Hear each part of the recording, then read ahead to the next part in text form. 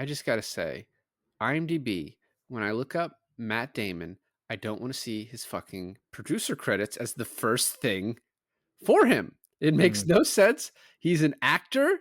Mm-hmm. Actor starts with A, producer Mm-hmm. starts with P. What are we Mm-hmm. fucking doing here? You hear that, IMDb? We're coming. We're coming for you. I finally Watched. I finally Watched. I finally watched. I finally watched. I finally Watched.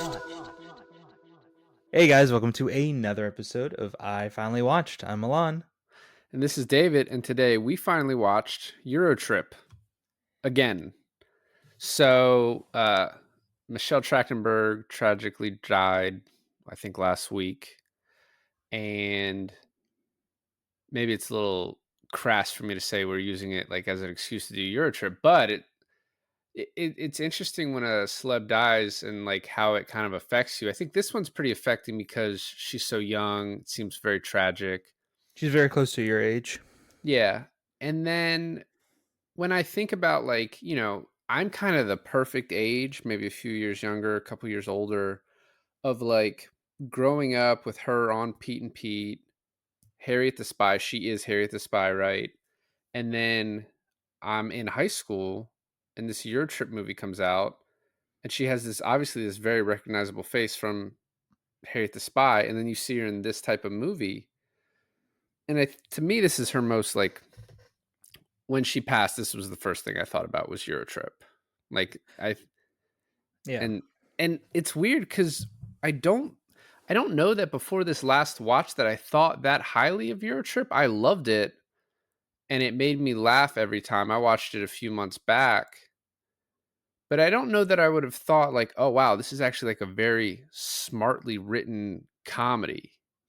I do want to add that Michelle Trachtenberg did a lot of TV work in her earlier years with Buffy, the Vampire Slayer, and Gossip Girl. But when I first think of her, I think of her as the daughter, Matthew Broderick, in Inspector Gadget. Is that real? Yeah, I find that shocking. that she's the little girl in Inspector Gadget. I so the only other movie I really like remember her from, so she was in Take Me Home Tonight, but I think that was a smaller part. I don't really remember her in that, and I don't remember that movie that well, so that's not really a statement about her. Right. Yep. But I do remember her as the sister slash daughter in 17 Again, the Matthew Perry Zac Efron movie. Oh yeah. That's right. So, but Eurotrip is the first thing I think about. I think it's her biggest mark on the teenage male's mind. Well, and yeah, and I think I'm the perfect age to where I'm like, and the perfect gender to where I'm like, the Eurotrip. That's what that's what it is to me. And watching it then, I think you had a similar thought. Like this movie is it's a lot more than just like a kind of a sex comedy. You know, it's in that lineage, but there's a lot of very smart jokes. There's a lot of like, jokes that play throughout the movie that they bring back. Like just, I think really, really well written. And that's, I think why it's funny and why it holds up and why if you talk to someone who saw it when it came out, they're like, oh man, I love Eurotrip. I don't think there's a lot. I mean, if they're our age, I guess older people are like, oh, Eurotrip. But Well, I was like 11 or 12 when it came out, and I saw it on like, when it went on HBO or Cinemax or something. And so I must have been like a year or two after it premiered, so probably I was around 13 and 14. But that was when and Taylor watched this with me. We were talking about how in like 2003, 2004, 2005, 2006, a ton of comedies kind of similar to this came out, and they all had like an unrated version come out on DVD with it. right. It was like, Dukes of Hazzard, unrated, Eurotrip, unrated. And we discussed this with when we did Grandma's Boy. It's like, do we count this as a stoner comedy and our stoner comedy is dead? And I think in that review, we actually mentioned Eurotrip not being a stoner comedy because they purposely left out the stoner from the stoner comedy in this. Well, that was my take. Right. And so, but like a lot of the tone of it is similar to a lot of those kind of comedies that were stoner comedies. I think this was kind of like, if you want to look at the grandfather of like the comedies of the early 2000s, you would have to stem everything from American Pie and then go out. And like Eurotrip lands in like that American Pie-esque sort of realm of comedy. But I remember enjoying this movie when I was 13, not enjoying American Pie that much. And I'm curious, watching back on this, I'm like, oh, I enjoy this because it's actually fun and smartly written and actually funny. Although my bar might have been set a little low after Grandma's Boy. I don't know. But yeah, I don't know. It'd be interesting to do this with American Pie and see where that stood with us. I just remember American Pie. I've told a story about sneaking like my brother's DVD copy that he rented away from, so I could go watch it in his room or The in my unrated room. version, Huh? the unrated version. I saw tits. I don't know. Yeah. Yeah, So I started watching this on Pluto TV, which I asked you if you did as well. yeah. And I get to the scene at the party where he goes into the hot tub with the girl. And in the Pluto TV version, she's wearing a bikini. And I was like, that's not my Euro trip. And I She takes immediately, she takes it off. does she? There's tons of tits in this movie on the Well, no, Pluto no. TV version. Okay. Well, that's fine. Good. Good for good. I think you But quit. I think you quit too soon. I then put on the Blu-ray that I bought, and in that version, which is the version I saw in the theaters, and I'm a purist, obviously, that's why. Uh, she's like naked when he walks up. I wonder, is it the longevity of her being naked? Yeah, I mean they had to cut a lot to get the R rating, and I do love the kind of the meta commentary where he's like, "Well, there's your R rating," No, which I actually. didn't. I didn't get Oh that. yeah, you didn't get that, which is funny because it's actually there's the unrated version, but he says it. He's like he peeks through the bushes, sees her nude, and goes, "Well, there's your R rating," and then walks in. So I'm actually really curious because a very famous scene in this movie, scene that like sticks in your front of your mind for thinking back on Eurotrip, and it's with Michelle Trachtenberg. It's when they're trying to flag down a car to get to Berlin, and she flashes the Drivers. the drivers. That's not in the Pluto TV version, and I was like, but it was in the blooper reel. But you don't see anything. That's why I was so confused about. Well, she didn't go nude, so it's not in the version I saw either. They actually asked her to, and she said no. So the only thing you really get is the from the behind. That But movie would have won Oscars. That would have been like the 2004 version of Honora, okay? what won? What won in 2004? Was this the Crash year? Would this have saved us from Crash? This might have Maybe. saved us from Crash. Which Michelle Trachtenberg's, yeah. Although there is a scene all previous in there, and I really do not know what makes up for like an R rating versus an unrated version. But my version had so many penises on in it when they went Yeah, to the nude beach. there were a lot of penises in mine as well.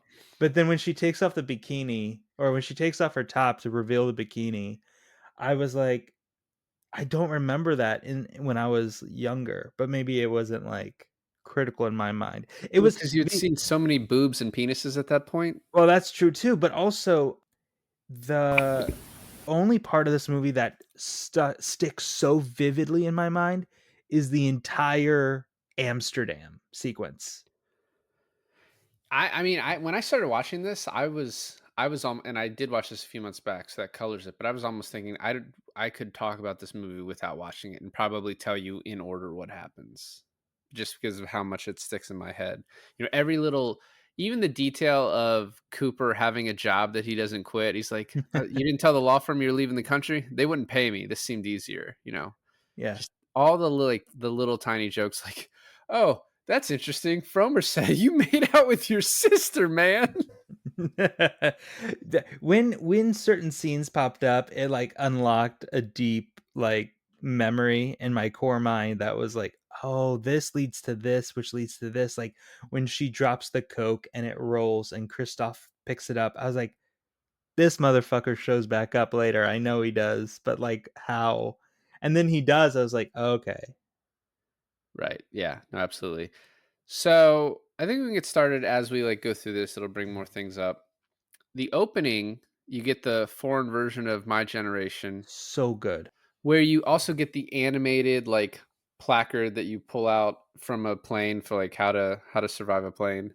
It's actually a really entertaining opening sequence, and I'm not a big fan of and I'm so glad in this day and age they got rid of the opening credit sequences, but this one was actually really good and entertaining. It was. I every time like it's not I actually when I first started this on Pluto TV, I hit skip intro and it went past that. I was like, "Oh no, no, no, no." And I like backed up to watch it. Well, like another scene in this is Matt Damon with Scotty doesn't know, and knowing that it's coming up in the beginning of this movie with my girl Kristen Crook, the the excitement that like my generation got me for knowing that Scotty doesn't know is coming up. I was like, holy shit, this movie doesn't like it goes hard right off the bat. Well, and also when you think of this movie in cameos, you think of Matt Damon. Hmm. But there are I mean, Kristen Crook is basically a cameo in this. For anyone who was A huge like Smallville binge watching person. Smallville person and like if that's 2003, that's like only 2 or 3 seasons of Smallville at this point. Right, yeah, it's like that's kind of Smallville's peak was that first 3, 4, 5 seasons, so but then there's Vinnie Jones, there's Jeffrey Tambor as his dad. Yeah. Hilarious, dude. They're breaking up. He's completely unaware and he's like, "Man, like what a hot piece of ass," or something like that he says. And I mean, not that lecherous, but I love Scotty's reaction to like he takes it well. Like her breaking up with him, hands him the Letterman jacket. He's like, "This isn't even my jacket." Fiona! His little brother too. I think when I first watched it, I was like, "That kid's fucking annoying," but then this time I'm just like, it's grown on me to where, like, he is a great part of the movie. No, And for sure. so they get like, well, I'm skipping ahead a little bit, but even to he gets back from the party, like, has to go piss, goes into the bathroom. He actually, I think, aims for the shower. Yeah, yeah, yeah. So then goes, writes the message, wakes up, and he's like, his brother is like, "Why are you wearing my bathroom?" He's like, "Oh, I don't know, because somebody pissed all over mine." Yeah. No, I mean it it's like those jokes that wouldn't land well, but like they're positioned like the comedic timing is so perfect in this movie that every joke hits. You know, Like I know we're not supposed to say retarded in this day and age, but when Michelle Trachtenberg tells the guard to the Vatican that her friend in the orange jacket is retarded. she at least says mentally retarded. She tries to, you know. Yeah, but he comes out, he's like, "Hey, retard." I was like, "It's so fucking funny." And I think it's even funnier now because we're not supposed to say that, you know? Yeah, well, I mean, Shane Gillis is bringing it back though, so Mm. he's bringing calling gay things back. Things gay. So the party scene is very funny. Obviously, you got the nudity, but then we meet the twins, and we get the start of the worst twins ever because he brings her a drink, and it's like, oh, I hate gin. And then you want to see my itinerary? You want to see my balls? One of I think Jacob Pitts, who plays Cooper, is probably the best part of this movie, and seeing him on 6 seasons of Justified after this, where he is Oh my god, that's him. right. Yeah, you didn't recognize him. Oh my god. And I'm rewatching Justified like very casually now, but now you say that I'm like, "Holy shit." Yeah. I knew it. I knew his little fucking face looked familiar. I was like looking at it. I was like, "Where the fuck have I seen him before?" And he plays the most serious character in Justified, but still has like those kind of funny deadpan lines to Raylan all the time, which is like Yeah. just that little bit adds to like why that show's great. Also, you're going to see Jamie in an episode at one point. Hope you look forward to that. Jamie. The twin. Oh. Oh, you know what? I think I know what you're talking about. He's beefed up for that I episode. actually think I've already seen that one. I don't remember which season it's in. So go to the party, and then we get Scotty doesn't know. First of all, happy anniversary. So you assume it's been like a year. Yeah, it's so great. I there's a lot of things that you miss this. Obviously, you miss in your first watch, but especially when you're like a kid, you're like it doesn't make all the connections, but now it's like happy anniversary and just the introduction. He's like, this goes out to the kinkiest, sluttiest sex puppet I know. Fiona. And Scott's reaction to the whole thing is so like he's given up. Like, okay, Well, like this is he it. pounds his drink. So Damon appeared in this because he is friends with the screenwriters. This was written by three guys who also all three directed it. They filmed 95% of this movie in Prague. I assume the stuff in America was filmed in America because it looks fairly American. Like the Oberlin College scene at the end, clearly he's at Oberlin College. The other two are at a different college, and then the high school scene at the beginning are all filmed at the same location, like different Obviously. spots. But the rest of it's filmed in Prague, and Damon was filming The Bourne Supremacy, the second Bourne movie, in Prague at the time. Okay. Now, he had to be wearing either he had just wrapped and he shaved his head for this He movie, had to have shaved his head. or you don't think that's a bald cap? No, Like it's I I've seen a lot of bad bald caps in movies, and this would have been like too good. that's what, yeah. So I always like, oh, it looks legit. And I'm trying to think like what he would have been in after this where he could have like had a shaved head because What if he just rapped and he just said, you know what, fuck it, my character in this, the one shot in this, he has a shaved head. well, because I know they're doing the Oceans movies around this time too. This once again, I just gotta say, IMDb, when I look up Matt Damon, I don't want to see his fucking producer credits as the first thing for him. It makes Mm. no sense. He's an actor. Mm-hmm. Actor starts with A, producer Mm-hmm. starts with P.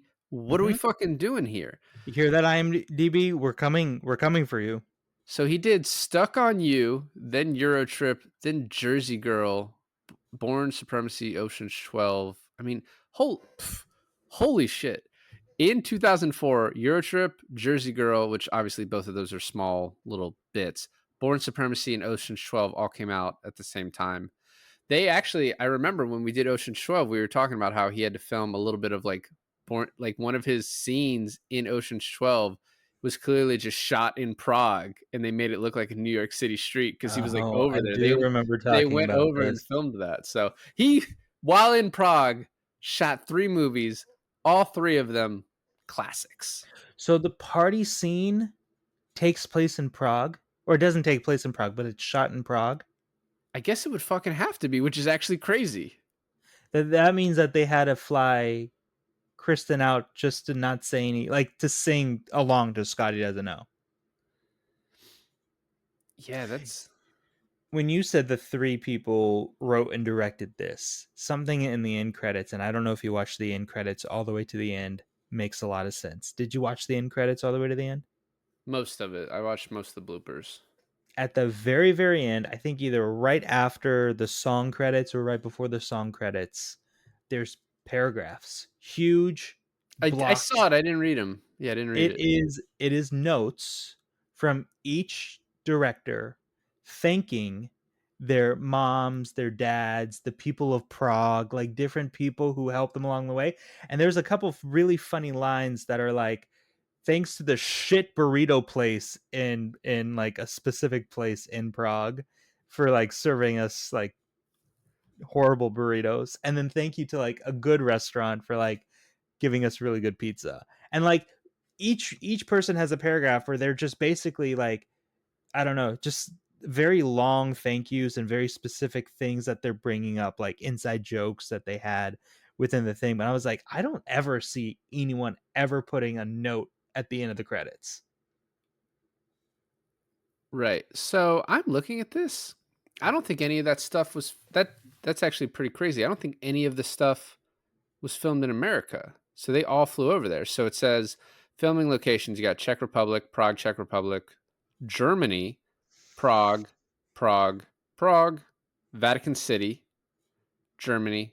It says Westminster, London, UK, but I don't think that's real. From what I read, they green screened that.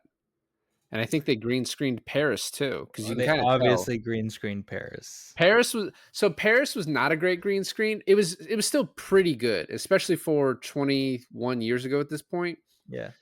The Westminster green screen I thought was actually really, really incredibly good. Like I when I watched it this time, I was like, I think that's obviously green screen, but it looks pretty legit when they're in front The of. the Paris one is very obvious. Yeah, no, I agree. I said that. Yeah. You know, don't shit on the movie. The other thing I want to say about Scotty Doesn't Know is, as I've listened to it over the years, that song sort of just makes me a little sad, even though it's so catchy, because it's like you're writing a song that, like, instead of thinking about the girl you're with, you're more thinking about the dude you're fucking over. It's like just such a sad, like, state of society. Well, what I don't get either is like, who is Matt Damon to Scott? Because obviously he doesn't go to the same high school. Like Matt Damon's way He's older. been out of high school for He's like 14 he's is years. he a local band? Do they go on tour? Like that song becomes popular enough to one become a ringtone, which it wasn't. It wasn't that hard to do in 2004, but also becomes like some sort of like Euro trash synth mix when they get to Eastern Europe. I don't think you remember 2004 that well. You had to buy ringtones. You couldn't just make ringtones back then. So it was popular enough to become a ringtone and became like some sort of Euro trash mix when they went into the club. Yeah. I just remember the one. Can you guess, between 2003 and 2005, the one ringtone I purchased for 99 cents? Bigger, better, stronger. No, I think that was a little after. That's a good guess, though. It was Into Club by 50 Cent, just That's a good because, one too. yeah, the beat of that, the bass is very good on that. I thought you were more of a Daft Punk guy. If I would have chosen that song you just sang, it would have been because of Kanye. No more though. I'm out. Old Kanye. I like old Kanye. Old Kanye? Yeah, How do old, you feel like, about Drake? when I say old Kanye, I mean younger Kanye, because not older in age. Never been into Drake, so I don't have any thoughts on his Well, Drake's never been preferences into in you. I women. think you're safe.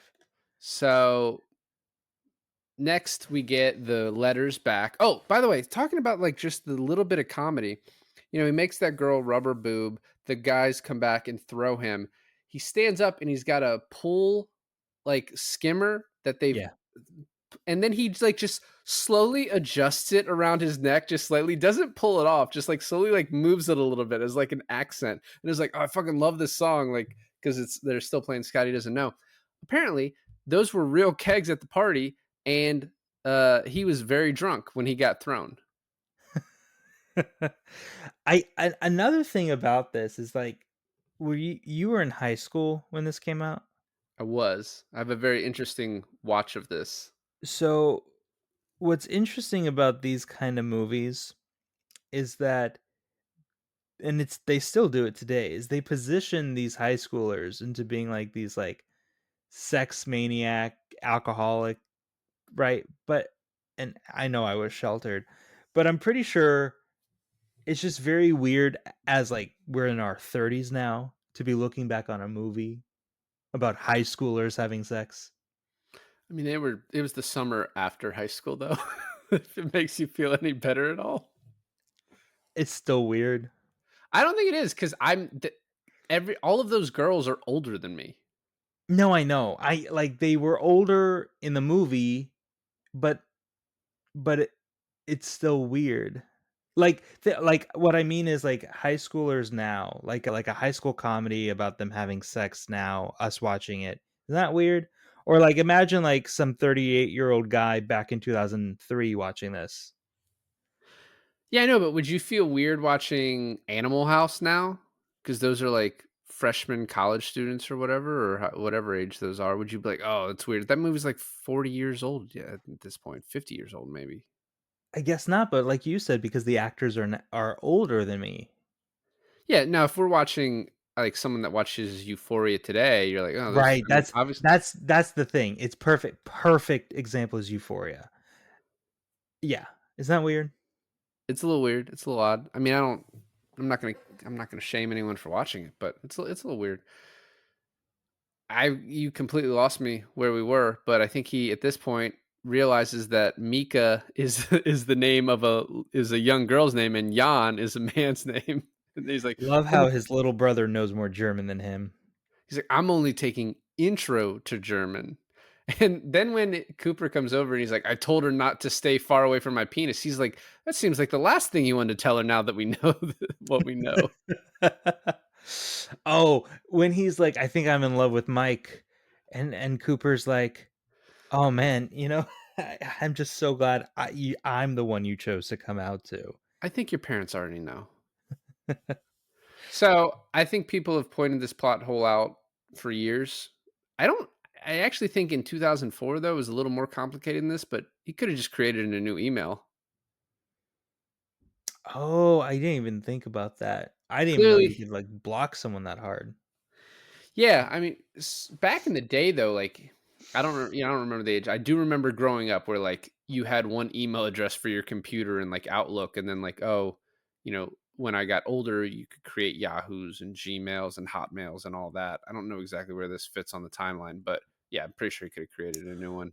One of the funnier gags in this movie is him Scott keeps having dreams of Mika, Yes. where the first one, she's, like, getting help from this really buff German guy, and, she decides to give up her virginity to him instead of Scott because he fucked it up so bad, but then the next one, he comes in like fucking Don Juan with, like, his shirt blowing in the wind, um, And David Hasselhoff sings in and the David background. Another Hasselhoff fucking singing, yeah. yeah, another stunt casting. So they get to England and he gets the call from the law firm, which pays off much later. Then they go to the Man United bar where they just happen to sing. This is like, there are a few like moments with that, kind of you have to suspend your disbelief if you care about that sort of thing in this movie. But the fact that they just happen to get the right song is hilarious. And Vinnie Jones is Vinnie Jones great. in this is probably what I know him from the most behind Juggernaut from X-Men movies, right? What And, about like, Snatch? well, Or is- Snatch I saw with you much later, so it's like, but when I'm thinking of Vinnie Jones from, like, a nostalgia perspective, this is what I think of him in, and then watching him now in it, like, a more updated memory of mine, uh, he's so great in this, like, he's so great, and then he comes back at the end, basically saves the day. I think it's just perfect. That's another one of those. What's that? I was trying to think of that term where like something comes out of nowhere to like A fix the situation. Deus Ex Machina. There we go. I was like, Occam's razor? Yeah, Deus Ex Machina. It is, but once again, this is a fucking road trip sex comedy. Apparently, this had a different name, but because of the success of Road Trip, they're like, we're going to call it EuroTrip so those people will come see it. You don't know what the name was. It was like, oh, Ugly Americans, which is a terrible name for this movie. It is, but Real also bad. kinda true, It except is. for It Michelle is. Trachtenberg. So they are driving to Paris. They meet the twins there. And he's like, hey, let me use your phone. He's like, I'm really only supposed to use this for business calls. And then to the Louvre, where they fight the robot. Also, classic scene. I have to say, a lot of lesser movies would have said, "Hey, let's go to the Louvre," and then it would just cut them in the Louvre. Right. But this movie isn't like other movies, David. This is like a smart movie. There is always a line out the ass at the Louvre. And the fact that they just give up on it after fighting the robot is also hilarious. Yeah. There wasn't a line when I went, but otherwise I've heard it's Really? There was not lucky you. I I went a month after the Parisian terrorist attack because Oh well. I couldn't get my money back. So we Yeah, were like, that's we're going. take advantage of that. Not the way I would describe what I did. I helped Well, the local economy after a tragedy is what I that's would how you would describe it describe it as. as. You are a lawyer. The robot fight I think went on a little too long.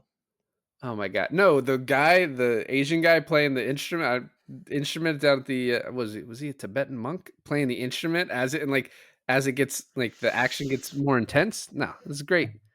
Great scene. Also recognize that guy. I don't know what from other than this, but he's been in a lot of stuff, the guy that plays the robot. Also, the paying off joke is like at the end of the movie where Cooper sees another robot guy and just decides to beat him up just because. Well, I guess in this first scene he says, "Oh, I hate those guys" or whatever. And so maybe Oh yeah. that's but I was like he's not the guy that fought the original robot. Also, as they're panning past the Louvre, they stop at like a hot French girl, like come back and cut, and then like have this French music playing, and then go again. Yeah, yeah. Also, the line "Voltaire contracted syphilis 2 blocks from here." Want to go? So great. So good. The well, actually the train ride sets up a lot of funny moments and I was going to skip me scusi You were gonna skip me, Scoozy. Probably that's one of the best scenes in the movie. because I was going to go to the nude beach where they don't listen to the twin and they get fucked over, which I think is a great payoff. I love, I love when they view the beach with the statue and they're like, "Oh, look at the statue! It's so breathtaking. Do you want to make out?" But Fred Armisen, I think this is the most iconic scene. And then when Scott looks over and he's like, "Uh oh, big tunnel coming," and then the song plays, and then he's smoking the cig afterwards with his pants off. um Even a better scene is when they do the montage and they're back on the train and he's like licking Scott's face and just the visceral like gut-wrenching scream that comes from everyone. I could not stop laughing. I love the blooper of that too at the end when he breaks after he does it because I imagine it would probably have happened quite a few times. I think next is Amsterdam, and this we get like 3 in 1. So we get the pot brownies, the hash brownies. We get We the don't Vanders. say brownies. Put your pants back on, white boy. Yeah. Then the camera mugging with another cameo with Diedrich Bader as the Yeah. dude's getting blown. And it's so funny too. He's like obviously never had like any sexual encounters, and just as he's like, "I love you. I love you." And then we get a Lucy Lawless cameo. She is great, and she's also watching her in the bloopers at the end too. She was like, "Oh, stop laughing!" She was like, kind of like, let's get through this." Is very funny. Yeah, the Vandersex stuff is great. Did you notice that her male assistants were named Hans and Gruber? I did, and I just watched Die Hard. That's it's a good fact. It's a fun Yeah. fact. You just watched it. How sad to grow up in a country found by prudes. Another callback to like a great line in the beginning. So I never knew this. And Are the other girls coming back? I watched a gay porno once. The girls never came. The That's girls also never came. that is also a line that I will we have quoted many times. So they actually had a different scene written for the Vandersex scene. And the studio was like, "You can do so many things, but you can't do this." And the title of the scene is the Anne Frank sex scene. Why? So Cooper finds a flyer for a sex club called the Secret Room, and he accidentally misidentifies the Anne Frank house as the club. He sees the line and like he asks someone, he's like, "Oh, is this the secret room?" He's like, "Yeah, it'll change your life." So he sneaks in the back of the Anne Frank house, gets in her bed, gets completely naked, waiting for the girls to come. A tour group comes in, including the only living relative of Anne Frank. So he is completely nude. And then to cover himself, he grabs a mannequin. No, no, What no. what mannequin would be in this room other than an Anne Frank mannequin that he positions over his genitals? And the studio was like, "You can't do that." Now, here's a question for you, David. Could they do it if it was Helen Keller? Well, she wouldn't complain. So yeah, they had to cut that, and I don't know. I think that made me laugh as much as anything. Like even as watching the movie, just reading that because that is a fucking amazing scene. Even reading it, you can see the comedy happening. Like it's Yeah, 100%. so I well was done. dying. I was dying. And so it's not to say we didn't get a really good scene because we did. This Lucy Lawless scene where she writes the safe word And he and he's doesn't like, look at it. he doesn't look at it, he just puts it in his pocket. And then when he does look at it, it is the most complicated German. He says, what is it? Do you know what it is? It's Fluber something. Yeah, no, I would not be able to pronounce it. Flubusenhagen. And she's like, you say Flubusenhagen? He's like, yes, God, yes, Flubusenhagen. She's like, are you sure you want Flubusenhagen? He's like, yes. She goes, bring out the Flubusenhagen.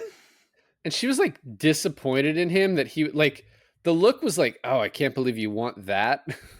Which just turned out to be like anal penetration is what it seemed like. Yeah, but the funny thing was is that it was like 4 dildos and they extracted, like they widened, and in the middle, which I would assume would be the part that would penetrate him, was just a feather. I don't know. I don't do you think that that kind of started something in him where he's like, "Yep, I like that now." I do like how ridiculous the Flubenstenhagen ended up being though. Like just ridiculous looking. Yes. So yeah, so you get the hash brownie scene, which I think for me is one of the things that sticks in my mind so vividly. I, I, I just the fact that they're like in Amsterdam and these are Rastafarians, and it's like we don't serve hash brownies. Like you're the worst Rastafarian. It's it's a good scene. I mean, the whole all three of those are great and then after that we get them trying to go to Berlin. And I don't worry, I speak bad German. And the guy's like, nowhere near Berlin. I sexually assaulted a horse in Berlin. It just keeps getting worse and worse. And then we go to Bratislava and we get, and I'm going to butcher his name. I apologize in advance. But Rajay Serbizija? Yeah, Mm-hmm. fucked that up. But there's another stunt casting cameo, whatever you want to call it. I'm probably using stunt casting too much. But from Mission Impossible 2, from Eyes Wide Shut, from a bunch of shit that we have seen and done. Another Tom Cruise movie. Yeah. No, that's true. Yeah, those are both Tom Cruise movies. Maybe he's just a Tom Cruise guy. He was in Batman Begins, obviously in Snatch with Vinnie Jones. So yeah, just I love seeing that Miami Vice #1 show.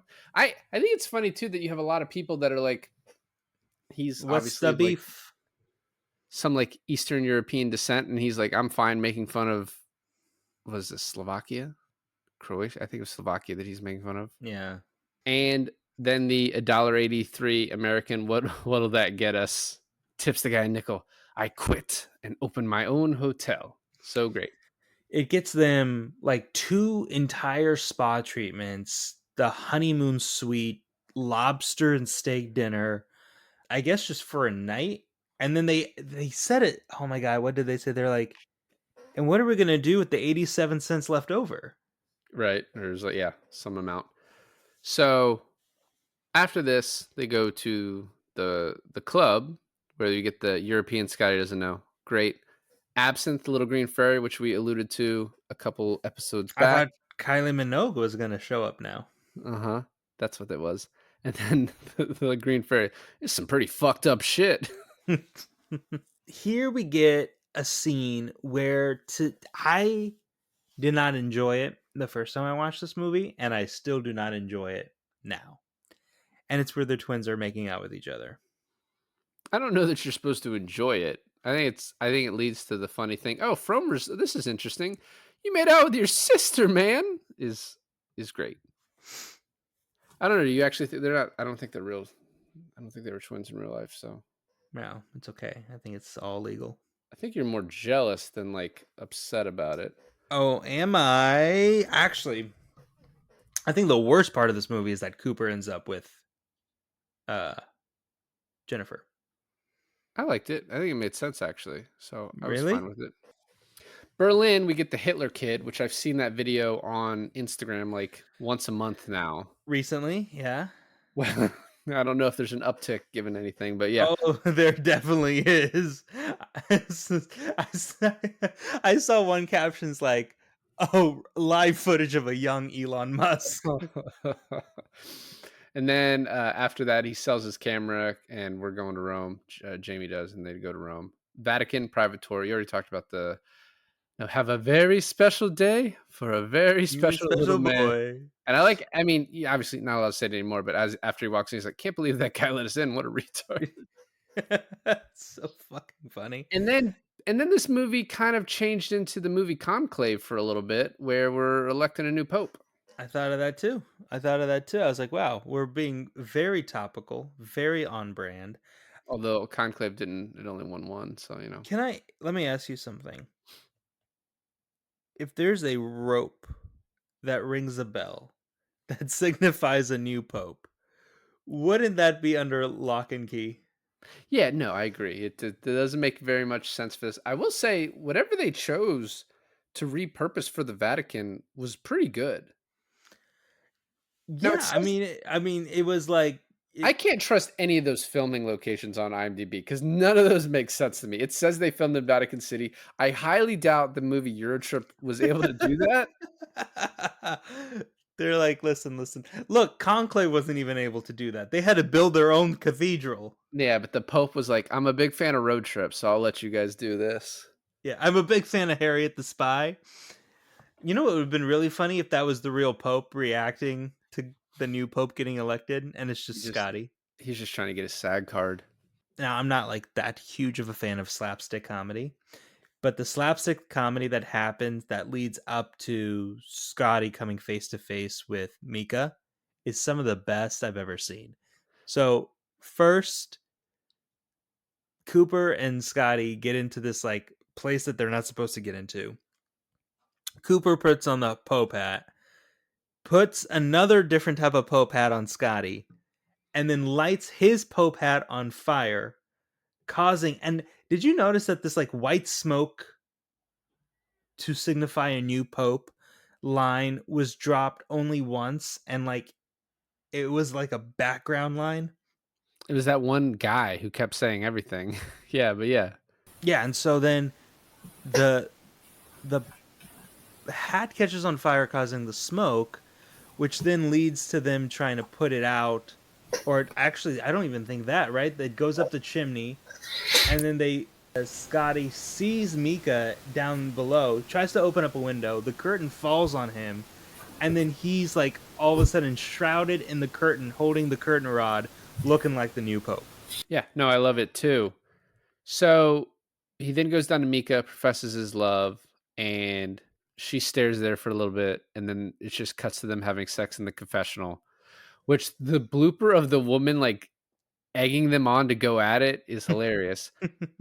Apparently, this movie was supposed to end differently.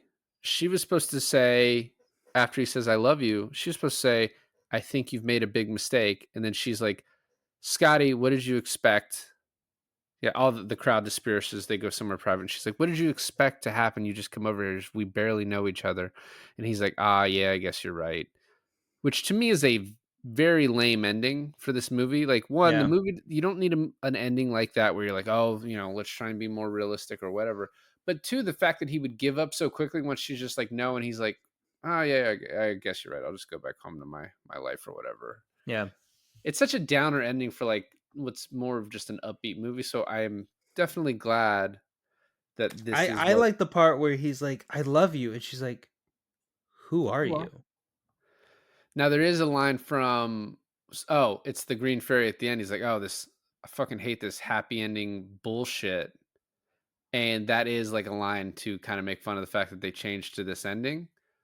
But I Well, it is a appreciate the super change. happy ending, right? It's a super perfect ending because not only it works for this movie, so it's like I'm not complaining about it. But not only does she, is she like, oh, you came all this way, romantic gesture, let's bang in the Vatican in the confessional. But then, oh, I transferred to your college, but then oh, the administrators made the same mistake you did thinking I was a guy and put me in the guys' dorm. It just so happens to be your dorm. Which is also you as being that age, like the girl you're like in love with and you've hooked up with, and then like she gets put in your dorm, so you guys just live together, and she's like that hot chick. So yeah, I think watching it as a dude, you're like, oh, this is the best thing ever. Yeah, just forever sex. Perfect. So there's the Mile High Club scene, which I guess you hate because you don't like them ending up together. It's I fine. It's fine. there in the scene that was cut, she says, "I'm a devout Catholic." So then going from that to the scene where she's banging in the confessional at the Vatican is a 180 Oh, to you're say the talking least. about Mika? Yeah, Mika. She Oh, says, okay. "Oh, I'm a devout Catholic." So, and that's I thought that was like there was an anal joke in there somewhere. probably plenty. No, like being a devout Catholic, it's like, oh, I can't, Oh, but got not you. there, you know? Oh, you know what part I forgot is the dude on the bus that starts cursing, but he's speaking like you can barely understand him. And Cooper's like, "You guys have a whole different level of swearing over here." I think it's the first time where I like paid attention to the line. I was like, "Oh, I understand all that. I understand exactly what he was Yeah, saying right I thought there." I understood him too. Yeah. Yeah, Well, that you're asking about anal is what made me think because he definitely mentioned that part of it. oh, okay. Okay. Well, good. Good. Glad to have brought it up. I think, even though this doesn't fit in our usual thing of either you watched it or I watched it or none of us has watched it, it is so, yeah, it's over 20 years old. I saw it over 20 years ago, definitely. It is kind of a perfect I finally watched movie. And I'm glad we can look back on it because I do take a completely different perspective on it. And actually, usually when we do these sort of movies, I like it less, but I actually like it more. I I told you that watching it this time, I was just highly impressed with it, and it holds up immensely. Like obviously there's a certain jokes in this that don't really fly today, but similar to your problem with like, oh, we're watching a movie about people out of high school having sex. It's like this was fine when I first watched it, so yeah, I'm fine with watching it now. I Yeah, I can't like recommend this movie like highly enough. Although the thing is, I don't think this is a movie that's going to reach like new audiences. I just think the people that love it, if you haven't watched it in a while and you see this as like an inspiration to check it out again, it is worth it. Even having to watch all those fucking commercials on Pluto TV because it's not on a real good network right now. I actually wanted to watch it again, but I was not going to put myself through all those commercials on Pluto TV. Physical media, buddy. Well, let's see. Gene Hackman died, so I guess we're doing French Connection next. Can't we just be sad? Well, thanks for listening to another episode of I Finally Watched. This is David. And I'm Alon, and we finally watched EuroTrip again.